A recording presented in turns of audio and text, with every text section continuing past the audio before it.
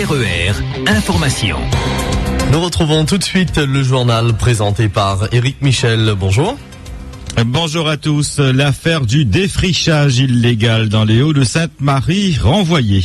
Bernard de Palmas devait comparaître hier devant le tribunal correctionnel de Saint-Denis pour avoir réalisé une saignée de 7 km de long pour une largeur de 50 mètres, soit 21 hectares entre Beaumont et Moka, en plein cœur du parc national. 47 espèces végétales, dont 30 endémiques, ont été détruites. Un massacre écologique irrécupérable, selon l'ONF. L'exploitant agricole encourt 2 ans de prison ferme et plusieurs millions d'euros d'amende. Mais l'affaire a donc été renvoyée à la demande des avocats de Bernard de Palmas. Les juges ont décidé de profiter de ce délai pour aller se rendre compte sur place de l'étendue des dégâts. Une visite est programmée pour la semaine prochaine, mardi 19 mars.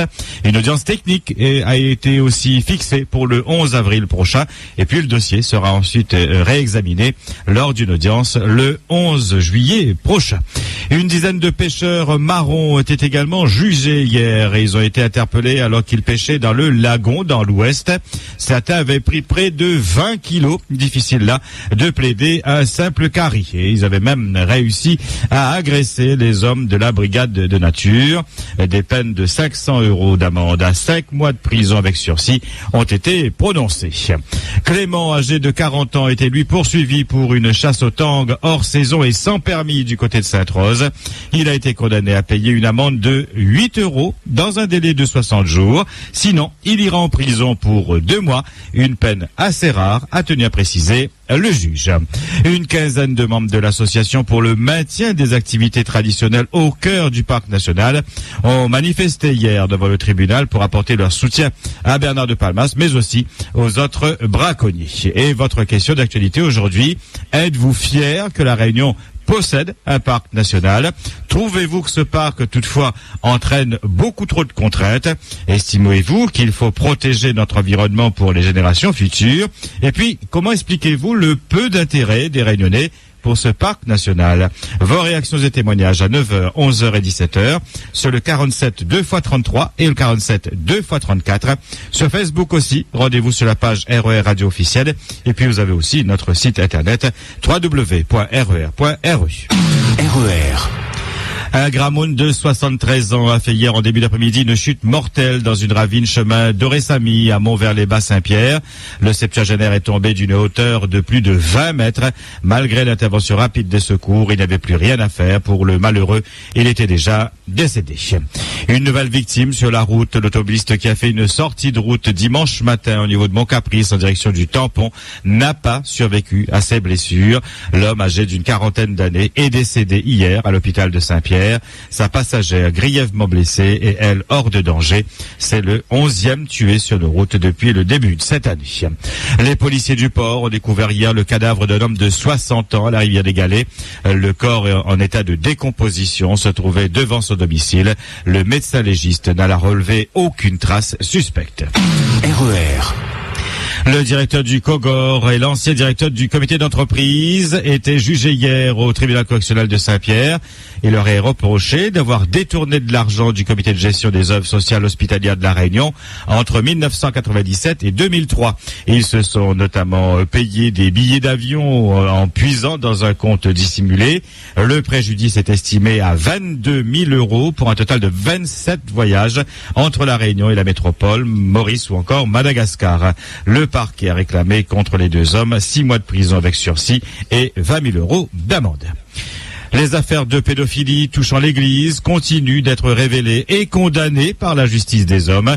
Selon le site Info 974, un diacre réunionnais, Jean-Hugues Deleuze, 31 ans, comparaissait mercredi devant la 11e chambre correctionnelle de Lyon pour avoir entretenu une liaison pédopornographique via webcam avec un mineur âgé de 14 ans à l'époque des faits, domicilié à Saint-Pierre. Ce diacre, membre de l'évêché de la Réunion jusqu'à l'année dernière, poursuivait en même temps ses études de séminaire séminariste à Lyon, au Prado.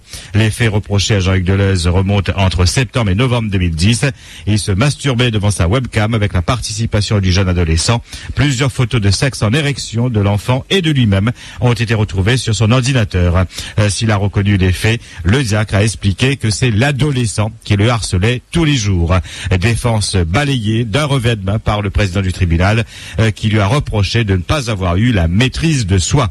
Le procureur a demandé la condamnation de Jean-Hugues Deleuze à une peine de 6 à 8 mois de prison avec sursis et l'interdiction d'entrer en contact avec des mineurs pendant 5 ans. La décision du tribunal sera notifiée par courrier au diacre puisqu'il avait quitté les lieux avant même que le jugement ne soit prononcé, relate encore le site Zinfo 974. RER.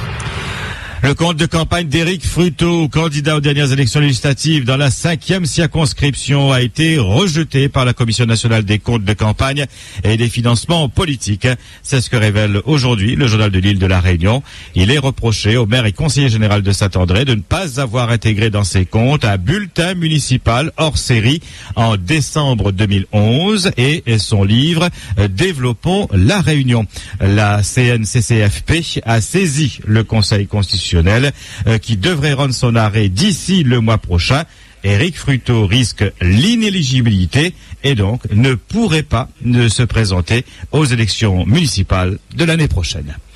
Le Parlement européen, réuni cette semaine en session plénière à Strasbourg, s'est prononcé sur la réforme de la politique agricole commune et celle des organisations communes des marchés qui concerne la filière canne-sucre à La Réunion. Et bonne nouvelle, les députés européens ont voté pour le maintien du système des quotas, des garanties, des prix garantis et de gestion des filières jusqu'en 2020, sauvegardant ainsi les intérêts des planteurs de canne de notre île. RER. Le pape François fait hier ses premiers pas dans sa nouvelle fonction en lançant un appel à la purification de l'Église et à l'obéissance au Christ au cours de sa première messe à la chapelle Sixtine.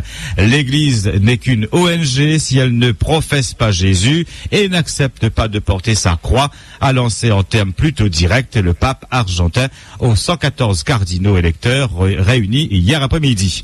Il s'est ensuite rendu au 3e étage du palais apostolique pour ôter les scellés apostoliques sur les portes d'accès aux appartements pontificaux où il prévoit de s'installer rapidement. Plus tôt dans la matinée, Jorge Mario Bergoglio avait prié la Vierge Marie lors d'une très discrète visite dans la basilique Sainte-Marie Majeure.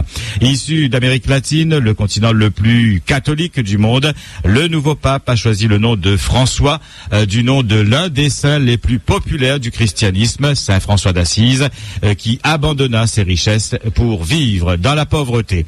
Dès les premières heures de son pontificat, le pape François a imprimé son total détachement vis-à-vis des ors du pouvoir. Il a ainsi pris son petit déjeuner avec 6 autres cardinaux.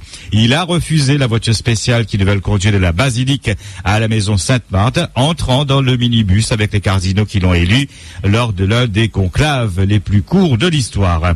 Et lors de sa première apparition publique au balcon de Saint-Pierre, il a rappelé un peu l'humour de Jean-Paul II avec sa boutade. On dirait que mes frères cardinaux sont allés prendre l'évêque de Rome presque au bout du monde. Par ailleurs, lors d'un toast après le conclave, il a dit aux cardinaux que Dieu vous pardonne pour ce que vous avez fait. Un geste surtout a été retenu et qui restera dans l'histoire. Je veux vous demander une faveur avant de vous donner ma bénédiction. Je vous demande de votre prière qui est la bénédiction du peuple pour son évêque. Et il s'est alors incliné. Le pape François est un passionné, un poiquet de foot et dans sa jeunesse, côté santé, il a subi l'ablation d'une partie du poumon droit. Le souverain pontife a déjà un agenda chargé pour les jours à venir. Rendez-vous avec le collège cardinalis aujourd'hui, les journalistes demain. Dimanche, il récitera l'Angélus. Enfin, la messe d'installation du pontificat où sont attendus chefs d'État et gouvernement aura lieu mardi dans la basilique Saint-Pierre.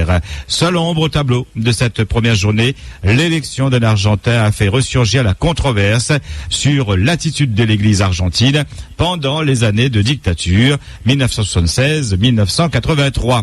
Les détraqueurs du pape stigmatisent son rôle dans la disparition de 2 missionnaires jésuites emprisonnés en mars 1976, puis torturé avant d'être libéré 5 mois plus tard. Le Saint-Père a toujours nié toute responsabilité, soutenant avoir même interpellé à l'époque le chef de la junte militaire pour obtenir leur libération.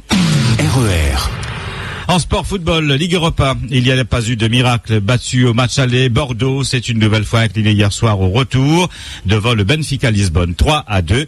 Les Bordelais ne verront pas les quarts de finale. Il n'y a plus d'ailleurs de club français dans cette compétition. Ce soir, championnat de France, ouverture de la 29e journée en Ligue 1. Marseille reçoit Ajaccio. Et puis mondial 2014, Didier Deschamps a dévoilé hier la liste des joueurs sélectionnés pour affronter la Géorgie et l'Espagne la semaine prochaine, les 22 et 26 mars au Stade de France.